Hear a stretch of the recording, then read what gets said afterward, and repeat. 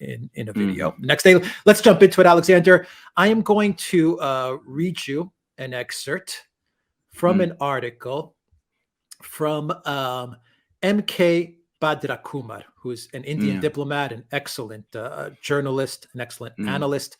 This article, and I'll put a link for it in the chat as well, so everyone can read it. It does an excellent job in explaining what is going on right now between Russia and Ukraine. Actually, he confirms much of what we have been saying and what you have outlined over the past, say, week. And I think you were the first person that actually understood the Russian strategy. Unfortunately, the U.S. mainstream media and all of these pundits, they're still stuck in their shock and awe thinking, and they're perplexed as to what Russia is doing. But you've understood it. I would like to say that the Dr. Steve Turley has understood it. Robert Barnes has understood it. So there's a lot of great thinkers out there and great analysts that have a grasp as to what Russia is doing with regards to Ukraine on the military side and on the diplomatic side. And you can't separate the two. So let me read you this excerpt. Let me share my screen and see if I can get it up for everybody as well as I read this excerpt. It's about 2 paragraphs. But 1 second, Alexander. Give me 1 second. And where is that article here? Okay, here we go. So I'm going to share my screen. Do you see it? Yep. Yes. I see it. Great. So this is what this article says. The Ukrainian side realizes that the Russian strategy is winning as Russian forces are encircling Kiev from the northwest, west, and east. Black Sea ports are no longer accessible, and the forces in the east are entrapped. Yesterday, Zelensky acknowledged the grim situation. After the 3rd round in Belarus, he hastened to assure that talks will continue until a settlement. In his words, quote, "Today, the 3rd round of negotiations took place in Belarus, and I would like to say the 3rd and final one, but we are realists. Therefore, we will talk. We will insist on negotiations until we find a way to tell our people this is how we will come to peace," end quote. Russians are in no tearing hurry. They eschew triumphalism and instead allow enough space for the Ukrainian side to take some really hard decisions on surrender. While military pressure is kept up on Kiev, Foreign Ministry spokeswoman Maria Zakharova said yesterday, quote, "We keep the door open to diplomatic options. As soon as there are corresponding signals, we will be acting on them," end quote. Alexander, your thoughts on this excerpt? That's exactly. Badrakumar's got it exactly right. And as you rightly said, it echoes what we've been saying in our live streams, in our analytical videos here on the Duran for a long, long time. People are making the mistake of analyzing this or describing this war as if it was the US that was conducting it. And of course, it is not the US that is conducting this war. It is Russia. And they conduct the war in a completely different way. Now, their purpose is to achieve a comprehensive settlement in Ukraine, which will endure. And they need to retain a political structure, or they want to try and retain as much as possible of a political structure in Ukraine so that they can do a deal with it and they can use that political structure to help them pacify the country. And obviously, very much on their terms. Now, they did that in Chechnya, they did that in Syria, and they're doing that again in Ukraine. That is contrast to the situation with the US, which went into Afghanistan, went into Iraq, went into Syria, obliterated the political structures which existed there, and instead of achieving peace in those countries, found itself facing a chaotic situation which ended up being disastrous from the perspective of the United States. So it's politics, it's war. The Russian way is war as an extension of politics. It's the theories of Clausewitz. The Russian military is very imbued with the thinking of Clausewitz. This I happen to know, by the way. I mean, this isn't something I'm saying, because it looks to me as if it's the way. I've talked to people who are involved in academies, and partly the reason, Russian academies, and partly the reason for this is that one person who was heavily influenced by Clausewitz, and who was the leading Marxist thinker on war, was Friedrich Engels, who was, of course, German, and he based his ideas on Clausewitz. So Engels transmitted Clausewitz thinking to Germany, to Russia, and, of course, the Russians, now that, Marxism is out of the way, well, they've gone back to Clausewitz. There is another factor, which I just want to quickly add as a historical piece, which is, of course, that Clausewitz himself, for much of his military career, was an officer in the Russian army. So it could also be the case that Clausewitz's thinking is influenced by what was already traditional Russian thinking. But it's war as an extension of politics, diplomacy, and combat go hand in hand. Just imagine if in 2001, the United States had been negotiating with the Taliban simultaneously with its war against Afghanistan, or in 2003, if the United States had been negotiating simultaneously whilst it with Saddam Hussein as it invaded Iraq. That's what the Russians are doing. We're now going to have a meeting in Turkey very soon between the Russian and Ukrainian foreign ministers, and we'll see that there was a big interview that Zelensky gave to, I think it was ABC, in which he said that, NATO, Ukraine accepts that NATO NATO membership is not really an option for Ukraine, and that also they will try and find or look for ways to come to some kind of negotiated agreement about the status of Donbass and Crimea.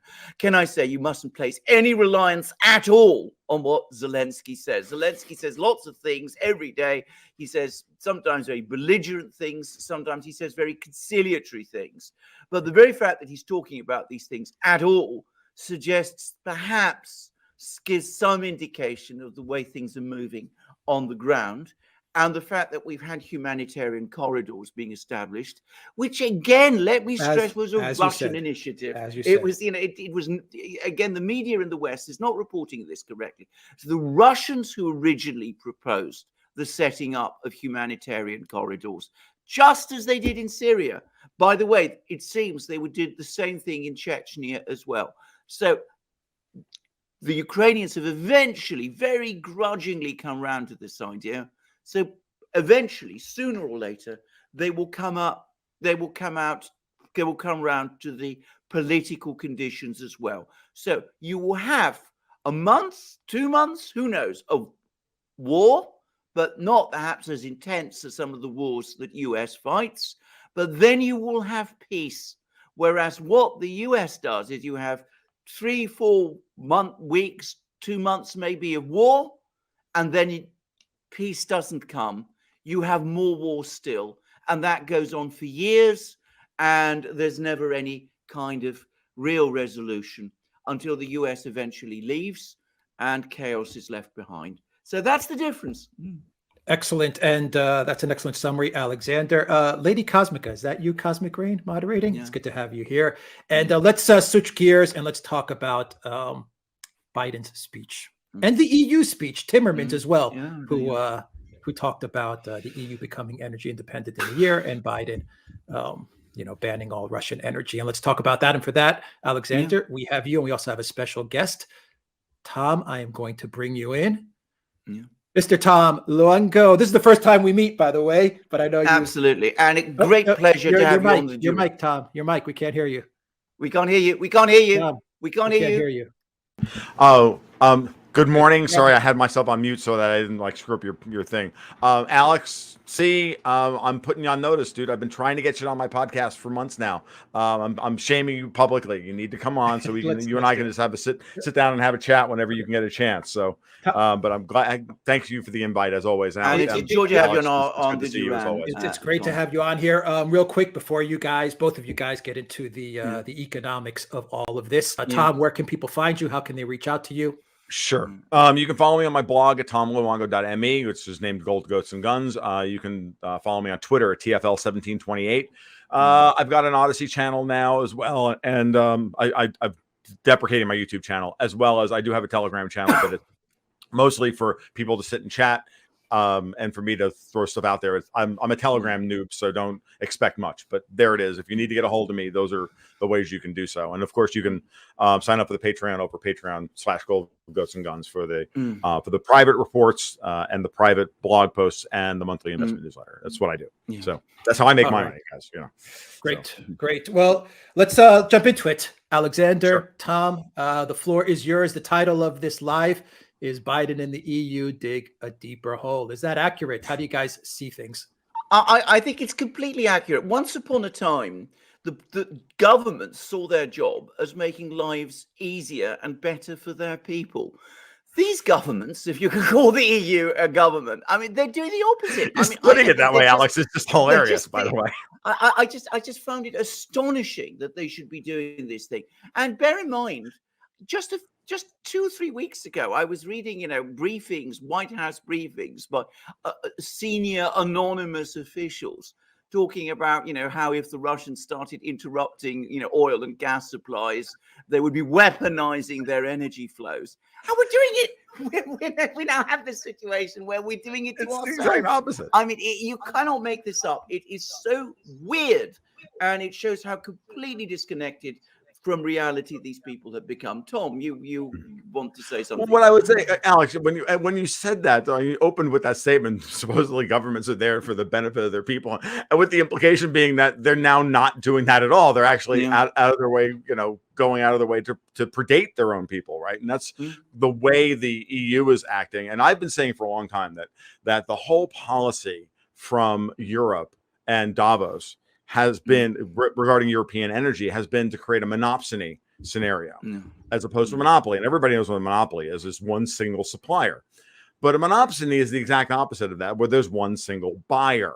And what the EU has tried to do is to try and like force the Russians into this arrangement where they get to, as the buyer, they get to set the price. Now everybody knows that that's true, that ultimately the consumer can withhold his support and say, no, you're charging too much, or I don't want to buy your goods, or whatever. But at the same time, you absolutely don't have an option. You have to buy from them, and trying to force a price on the Russians that's below market value for the gas that they're supplying, or the energy they're supplying, or the commodities, or the fertilizer, or anything else, is just dumb. Because in no way, manner, shape, or form are the EU a monopsony on Russian energy. As the minute they tried this, when Putin canceled South Stream, or forced him to cancel South Stream, what happened after that? He negotiated Power of Siberia with China, right? Replacing the lost volumes with China, and now they've just signed Power of Siberia 2. Then he repurposed South Stream as Turk Stream, and and we know the history from there. So it's what the EU is doing now is really and the US is doing the same thing. And I believe that this is fundamentally Davos driven, not not Wall Street driven, or not American patriotic interest driven. This is there is a functional split here. And I think Biden's executive order that we just got this morning about cryptocurrencies gives you a perfect example of what I'm talking about, right? Yeah. Because it was a nothing burger. It was, we're gonna ban cryptos, and then it comes out and there's nothing. Why? Because Wall Street wants crypto, so Wall Street's going to get crypto. Wall Street's going to want to put money into the oil and gas sector. They're now lobbying heavily for this, and Biden's not going to be able to hold it back beyond his executive order. So this is clearly being driven by Klaus Schwab, the same way that the EU policy is being driven by Klaus Schwab, which is to make the United States less competitive, while they at the same time are now trying to make the European Union, after the COVID restrictions, more competitive. Has anybody noticed this? Right? So the Europeans are going to import Russian energy. The Americans are not. They've lifted all the COVID restrictions that had all these hundreds of thousands, millions of people in the streets all across Europe. Right. 2 weeks ago, they've lifted all those, and they're going to import energy. So now, hopefully, they're going to be able to get the prices down, and they're going to be able to save their political hides. While at the same time, Biden still keeps various aspects of the COVID regime in place. trying, to cut off food and energy the imports into the U.S. in order to crash our economy. Why? Because they're desperately worried about capital flight, and which is what as you guys well know, that's what I watch all day long. I just look at the headlines and then watch the way the markets react to all this stuff to see if I'm, if I'm right, to error check what I'm seeing. So I see all of that, and it's very clear that Davos is working for Davos, for Biden's working for Davos at this point. It's never been clearer to me. But he's lost the political battle in the U.S. because Wall Street's actually in charge. Yeah. Can I just say, not getting too deep into the contagion, but I was reading, I wasn't reading, I was actually in contact with a friend of mine, a Hungarian friend of mine in Hungary. And there, of course, people are completely cynical and open-eyed about this thing. And there is a meme floating around because, of course, as you correctly say, all the restrictions have been lifted in Europe pretty much, and nobody's talking about this topic anymore in the way that they were just a few weeks ago. It was the dominant topic. It's no longer the topic. So apparently now the meme that's circulating around Hungary, and you even see graffitos in the street. What was it? Putin killed the disease. COVID. I mean, he killed it because it was even better. Like I cited this story. Now it's the other one. Yeah, either the Babylon Bee or the Onion ran a story. They we're going to nominate. We want to nominate Putin for the Nobel Prize for Medicine for curing COVID, and by invading Ukraine. It was hilarious. That meme ran around Twitter for days. It was hilarious. I didn't know. And everybody I told that one to, even the ones who'd seen it, they're like, every time you say it, they just laugh. You just laugh at the absurdity of it all, because it is truly patently absurd. Yes. Anyway, the other thing I wanted to say is, of course, the EU is inevitably, and I'm talking about the bureaucracy in Brussels now, this is their great opportunity to set up a new slush fund. So we're having more bonds, apparently more Euro bonds. Remember, we were never going to have Euro bonds. Those apparently are on their way. So we're going to have more Euro bonds. We're going to have more QE in Europe. That seems now baked in the cake. There's going to be this giant program to convert us all to dispensing with Russian energy. Some say it's going to reduce it by 60% in a year. Others say by 80%. All the they'll be lucky they get 20. Yeah, all the technical people say it can't be done. The Secretary General of NATO says it can't be done. They're saying that. Of OPEC says it can't be done. So I mean, but the thing always to understand about these grand plans is that the part of it that is real, the part of it that is really going to happen, is not the great conversion of our energy mix in a year. It is the slush fund. It is the new new bonds. And of course, that's what we will actually see. So we're going to have another big step towards the centralization of fiscal and monetary policy in Europe, in the Brussels bureaucracy. And of course, you have a situation where Germans are very agitated about the situation in Ukraine. Their media is all out on this. It's talking up all of this. So of course, nobody in Germany is noticing that we're drifting ever more relentlessly towards Eurobonds. And of course, you have people within the government, Hahnbeck and Baerbock, the Green ministers, who of course wanted it to go in that direction anyway. So that obviously also fulfills the program. And I think that's the other thing that's going to come out of all of this. We're going to take another massive step towards further European economic integration, or at least attempted. Absolutely. And the main thing you need to realize now on top of that is that the reason they're going to float this is because they need to continue re-liquefying the European banking system, which is now starting to seize up. So and it's very clear to me that, and you're absolutely right, Alex, that they're moving towards this, and there's going to be trillions of dollars in bonds. They're going to spend it on defense. So now Macron is going to get his, the EU army of his dreams, and French military contractors are going to, become the new European military industrial complex. all those.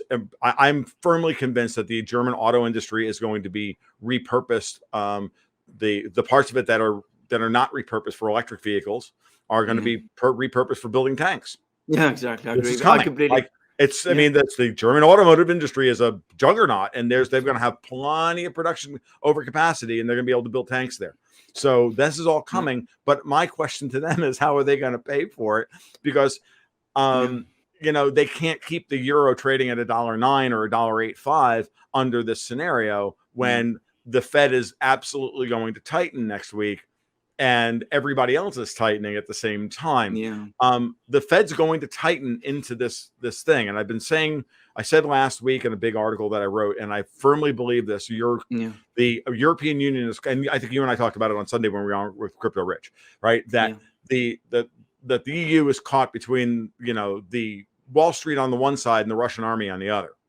But these are two facts on the ground that they don't have control over. And again, seeing the Bitcoin EO executive order come out of Biden this morning, which has no teeth to it whatsoever, tells me that was written by Wall Street. It was not written by Gary Gensler. It was not written by Janet Yellen. Janet Yellen was actually crying in her beer over this. And it was not written by Davos. So, and Lagarde is getting no help. As the more she screams for, we need global crypto regulation, or the Russians will be able to evade sanctions, and even that fell on deaf ears. Did anybody notice that? The Biden administration can't get the Saudis on the phone. They can't get the UAE on the phone, right? So, like, the monetary system is changing. Davos is in serious trouble in trying to hold this together, and the European capital markets are absolutely being held together by Lagarde with spit and baling wire. The Eurostoxx 50 is down something like 35%. The DAX is off 30%. The European banks are off 40%. And what a shock that once we finally get to that moment, now they start floating the idea, we need to go to Euro bonds in order to recapitalize the banks, basically. So that slush fund you're talking about is a liquidity fund in order to keep the banking system from collapsing, but you're not going to be able to keep people from trying to get out of the euro. Okay. That's the big one. And then, of course, European sovereign debt, which they're already planning on canceling anyway. So this is part of their plan. They're going full scorched earth on Europe. And I entirely agree. Can I just say, we've now got into a situation with the administration where the president of the United States is trying to telephone the leaders of the Persian Gulf oil monarchies, and they don't answer his calls. Now, that is astonishing. That is something I would never once have believed possible. And who did they talk to afterwards, Alexander? They talked to Vladimir Putin. In fact, can I just say something? Can I just say something on this? Because there's been a very interesting development, which is that a deal of some kind has been done, because over the last week or so, 2 weeks, it's been impossible to access the Kremlin's website and the Russian Foreign Ministry's website. Now, last night, they suddenly became accessible again, fully accessible, and were until, certainly until the moment when we started this program. And I noticed that the BBC has been allowed to continue doing English language broadcasts from Russia. So clearly some kind of deal, at least that's how it looks to me. Clearly some kind of deal has been done on that front, that these DOS attacks on these sites have been stopped in return for allowing certain parts of the Western media to continue to function on a much more limited scale in Russia itself. But the result is that you can read on the Kremlin website readouts of all of Putin's conversations with such worthies as the Crown Prince of Abu Dhabi, Mohammed bin Salman. They're all there. They're all talking with Putin. I gather I think he's a prime minister rather than the head of government of Indonesia is also about to call Putin soon, and he's now speaking. He's not obviously a Gulf monarchy, but he's again apparently saying, sanctions. We are not going to support sanctions, and there should be a negotiated solution. All those kind of things. So it's very interesting to see all these various states now following. Whom they're talking to. They're not talking to the president of the United States. And I never expected ever to see that in my lifetime. if, let's say, at the time of the Arab oil embargo in 1973, which I remember, by the way, I mean, I lived through it. If anybody had told me then that the King of Saudi Arabia would talk to Leonid Brezhnev, but would not talk to Richard Nixon, I would have said that's ludicrous. I mean, that's not happening. Well, it's happening now. And so what does that mean, guys? I mean, how do you see this playing out? Did Biden fall into some sort of trap laid out by the Russians and the Chinese and the EU? I mean, is this what's the end game to this? I think if there was a trap, it was laid by the Europeans. I don't think it was laid by the Russians. I think the Russians are just looking at all of this and they're just saying to themselves, these people have taken leave of their senses. I think that's what they think. And by the way, I was reading in the Financial Times, and I think this is inevitably going to happen, by the way, that the Chinese demand for oil is so enormous that they can absorb all of Russia's oil production. I mean, remember, this is a country with a population bigger than that of the US, Europe, and Japan combined. And, it's a growing economy and all that. So they can do it. And of course, the other Asian producers, the ASEAN states, with which Russia, by the way, has very good relations. Yep. They're not following the sanctions line. So it will take some time for all of this to be recalibrated, and there will be a lot of turbulence in the meantime, but they can do it. But I don't think the Russians planned this. I'm sure they didn't, actually. I mean, that wasn't they wouldn't. I can't see what interest they would have had in doing it. But it's entirely possible that the administration was led up the garden path by some people in Europe. I mean, there are some pretty, shall we say, intricate people in Europe. You're talking perfectly capable of. Absolutely. Absolutely. Okay. So, to put a little bit more color on that, Alex. What trades on its own Shanghai exchange over in, what trades on its own futures exchange over in Shanghai? Medium sour crude, right? Yeah. The Shanghai, the Shanghai futures contract is a medium sour grade. It's the only medium sour futures contract in the world. The Brent and WTI are both light sweet. And because of that, I've been saying this for years. And because of that, all we're doing now is pushing all of that demand and all of that. So we're pushing these people off of ICE and the COMEX and the London markets, the oil traders. We're pushing them off of those markets. We're going to push them onto Shanghai.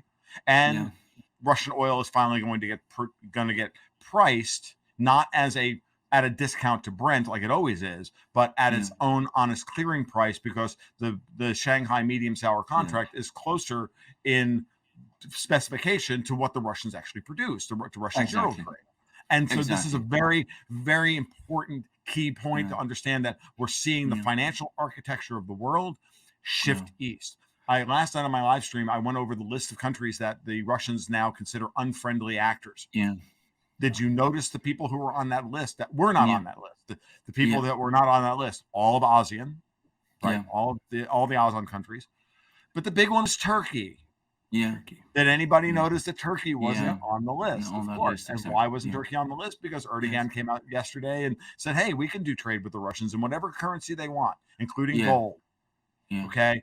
So obviously he's positioning the Turkish banks, which have been under tremendous stress by external foreign actors for a long time now. And I've written extensively about what I think Erdogan is doing in Turkey. He's not making all the right decisions, but he's in a very weak position, so he's playing a very bad hand that he himself helped deal. I'm not absolving him of his mistakes here, but you have an opportunity now to pledge the Turkish banks to be conduits for global trade into and out of Russia.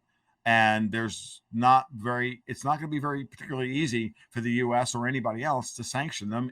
And at this point, I don't even think Erdogan cares, because he's the one who helped Iran evade the sanctions from 2012 to 2015 until the JCPOA was signed, by selling, by effectively laundering oil sales in gold through Turkish banks. So it's going to happen again. Yes. Can I just add something else, which people I don't think noticed, which is that he's distanced himself from the decision to sell those Bayraktar drones to Ukraine and to build that factory there. He's now said that it was a private initiative, not a governmental one. Now, if you believe that, I have a bridge to sell you.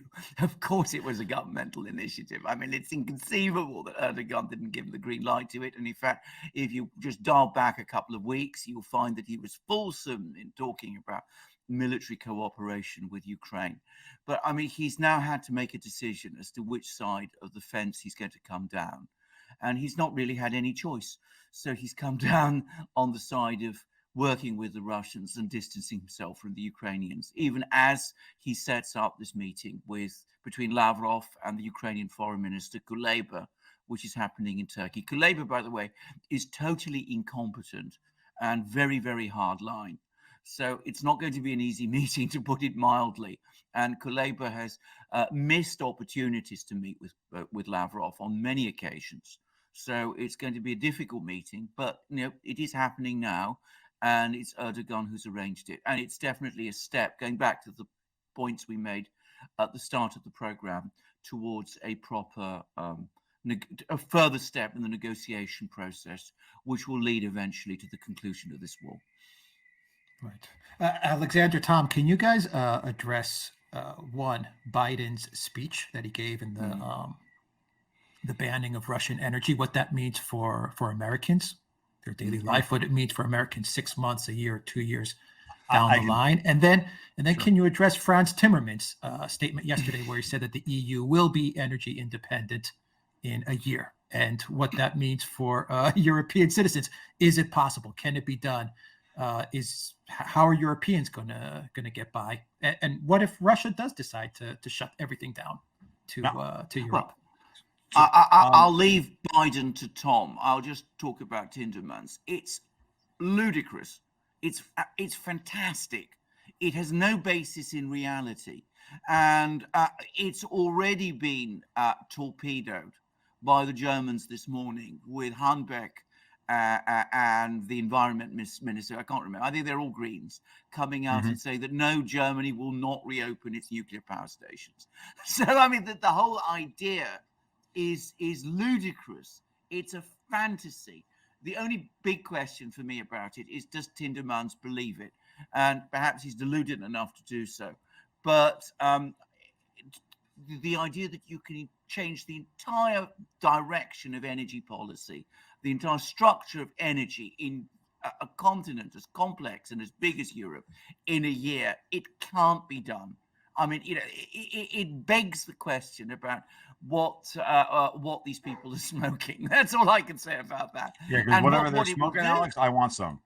Yeah, what it will do, as I've already said, in Britain today, and it's not just me. I mean, it's all over the media. As on the 1st of April, household energy bills in Britain are rising by 54%. Now, this is before the crisis that was triggered by this war. Now, bear in mind, the businesses in Britain, including industrial businesses, have already been paying these higher energy prices. Those energy prices are going to grow even further. Industrial companies, which are heavy industry users, are going to be extremely badly affected. We're going to see a collapse. We're going to see inflation, and at the same time, which will lead to a collapse in demand. But that's going to happen simultaneously with energy prices that are still going to grow. I've never known a situation like this before. People are talking about stagflation. I think, take away the stag. I think somebody said, it was Gonzalo who said yesterday or the other day in one of our live streams, that we're looking at an inflationary recession. And it seems to me that's much more likely. That's a far more plausible scenario out of all of this. That's my take on Europe. I mean, I don't know whether Tom has anything to add. Biden, Tom, I leave to you. So let's start with the basics. By the way, stagflation is an inflationary depression. Yeah, okay. Right. That's what stagflation is. You're right. Keynesians don't like to admit terms because they're fundamentally Marxist, and they like to change the definitions of words because that's what Marxists are really good at. That's but the only thing Marxists are good at other than killing people. So editorial comments off. Now let's move to our to the resident Marxists here in the United States. I can already tell you what's happened. The last time I left my house, or the last time I went out into the world, gas was $3.65 a gallon. Last night, on my way home from take my wife into town, gas was $4.19 a gallon. Yeah. That was 4 days. That was 4 days ago. Yeah. Cutting off the Russian. I mentioned it on my live stream last night. Zero Hedge has showed us multiple times the import numbers of Russian oil into the United States, and everybody talks about the 600,000 barrels a day we were importing. We were importing. That was back in early February. Once things got to a point where everybody knew that there was going to be hostilities, the United States started cutting off and stopped buying Russian oil. Now, at the same time, gas in the United States has gone from $2.89 a gallon or $2.75 a gallon to $4.19 a gallon here locally in North Florida. So we've seen a 40% increase in the price of gasoline when you take 600,000 barrels worth of Russian oil off the market. Okay. Why? Because those refiners down south don't have any feedstock. Why? Because those refiners on the Gulf were built by Citgo, which is a subsidiary of PBDSA, or at least used to be, and were designed to crack heavy sour crude coming out of Venezuela, which is also off the market. Okay? People don't understand this. Like, well, can't we just bring it in from the Permian? Well, the Permian doesn't produce the oil that these refineries are tuned for. Fracking produces ultralight sweet crude, which is great for gasoline and jet fuel, and for short alkane precursors like ethylene diamine and the short straight chain hydrocarbon stuff. But it's not good for producing diesel fuel and even really gasoline, to be honest with you, because even gasoline is too it's not an efficient use of the oil to refine that into gasoline. Okay, because it's not. This is the way the oil industry works. So oil is not just oil. Like, it's very important to understand that. So the Russians were substituting out for the sanctions on Venezuela. So that is also not something that can change overnight unless Maduro is willing to now, deal with the Americans again and sell us oil, and we lift all the sanctions on him and PBDSA and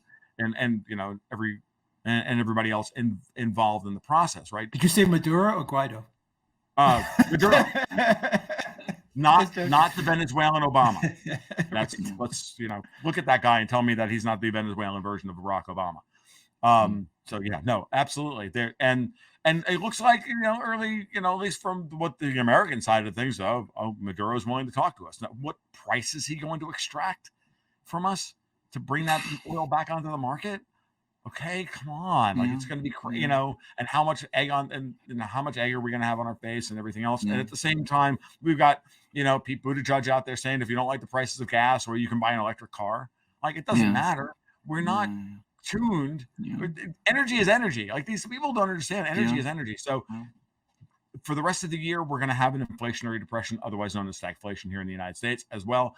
The question is it going to be better or worse here in the US versus Europe versus all these other places? That's the big question. Who's more vulnerable to this? And then who's more vulnerable to the capital flight? Because and that gets back into the political situation. The United States right now, with Biden in charge, as you and I talked about on Sunday, Alex, does not have the ability to get rid of the Biden administration. We don't have a mechanism really to get rid of the Biden administration until the midterms come in the fall, right?